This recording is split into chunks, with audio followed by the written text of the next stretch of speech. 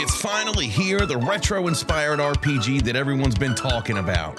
After playing the demo several times, I've now gotten my hands on the full game, so whether you're caught up in the hype, ready to buy, not quite sold on the game, or maybe you don't even know what Sea of Stars is, I'm going to go over the basics of what you can expect from the game and hopefully help you answer the question, should you play Sea of Stars?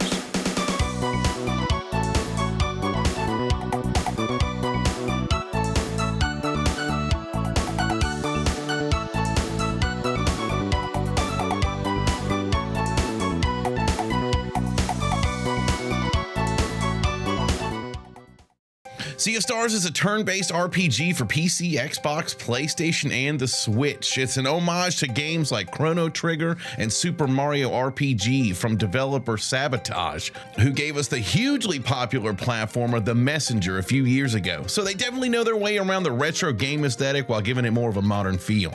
I think Sea of Stars is going to feel very familiar to a lot of people, and in the time I've been able to spend with the full game so far, I think this is going to be a great thing. The developers clearly have a love for this genre, and this game is their love letter to RPGs as a whole.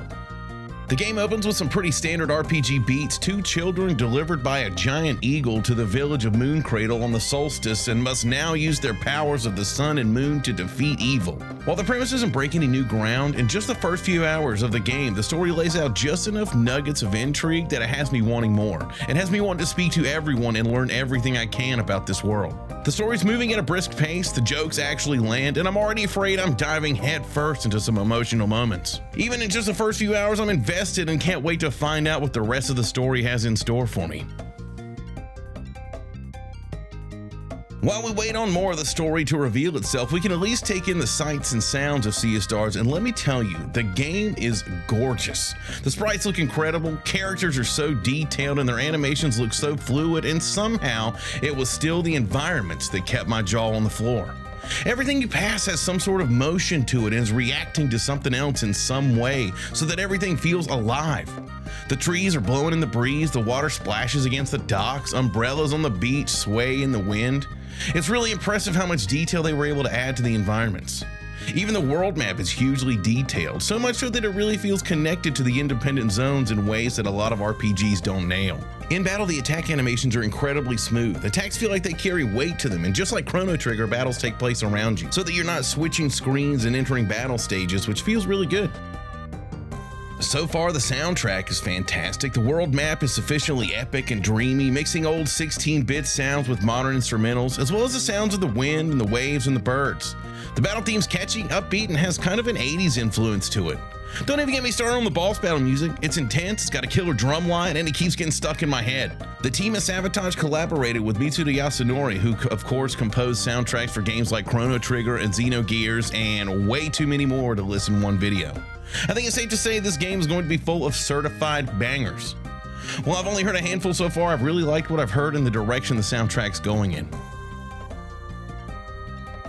I'm a big fan of active battle mechanics, and the ones included in Sea of Stars feel great. Hits do more damage if you time a button press on impact, and you take less damage if you defend with a button press just at the right time. And the characters have skills that will require inputs from the players too. For instance, Valier has an ability called Moonerang, which makes you bounce a boomerang off enemies and back to Valier, who has to hit a button to deflect it back at them. It always seems like you're doing something in combat, and there's no press and wait scenario. One of the main pillars of the combat system is the interrupt system. While an enemy is gearing up to use one of their moves, they'll have a timer and a bunch of random symbols above their head.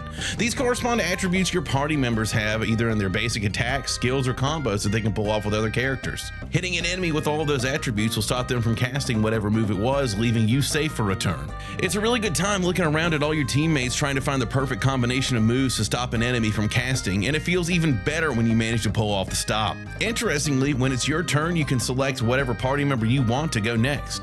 A party member can't go twice in a row, but there isn't any sort of speed stat or any influence on which a party member can go in what order. The same character can't go twice in a row, but you can choose whichever of the remaining two characters you want to go next in any order. This means that a lot of encounters turn into this sort of chess match of trying to anticipate your opponent's next move and then putting the pieces together once they've revealed what they're going to do. Outside of combat, the game has some light puzzles to take on throughout, and by and large they're fairly simple while remaining engaging. Sea of Stars is right up my alley and has most of the things I seek out in RPGs. The gorgeous visuals, engaging gameplay, and great soundtrack make this one pretty much a must-buy for anyone that likes RPGs. Of course, you don't even actually have to buy the game because it's on Game Pass and PlayStation Plus day one, which is huge. You really have no excuse.